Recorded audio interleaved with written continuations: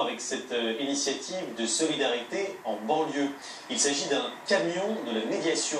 Au volant, Yazid, un ancien délinquant qui prône aujourd'hui le dialogue dans les cités dites sensibles. Comment réagissent les habitants? Marie-Laure Bonnemain et Johan Engen l'ont suivi dans l'un de ses déplacements. Tous les soirs de la semaine, Yazid prépare son camion. Un véhicule qui ne passe pas inaperçu, avec dessus des mots, des phrases qui peuvent surprendre. Je pars du principe que la parole c'est plus fort que la violence. Il y a souvent de la violence parce qu'il n'y a pas de parole dans les quartiers. Donc il faut recréer des espaces de parole. Ce soir, il part avec ses enfants, direction Nanterre, comme chaque vendredi. Chaque jour, il change pour s'installer dans des quartiers sensibles de la région parisienne.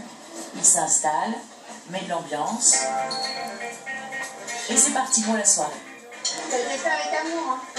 Yazid est un ancien délinquant. Aujourd'hui consultant en prévention urbaine, il est persuadé de l'intérêt de recréer des espaces de rencontre dans les cités, surtout pour les jeunes.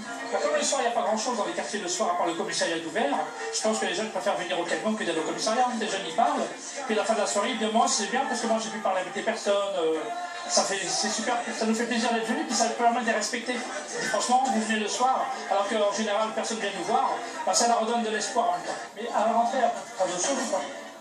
Tu as bossé ou pas?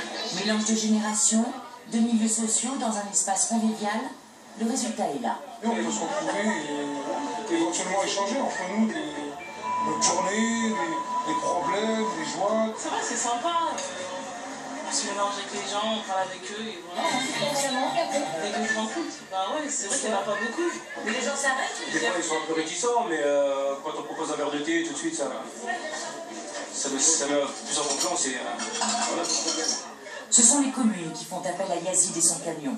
Pendant un ou plusieurs mois, il installe cet espace de rencontre et en fonction du résultat, les communes elles-mêmes font perdurer l'initiative. À la rentrée, ce sera dans des villes de province que Yazid déplacera son espace de parole. C'est la fin d'un voyage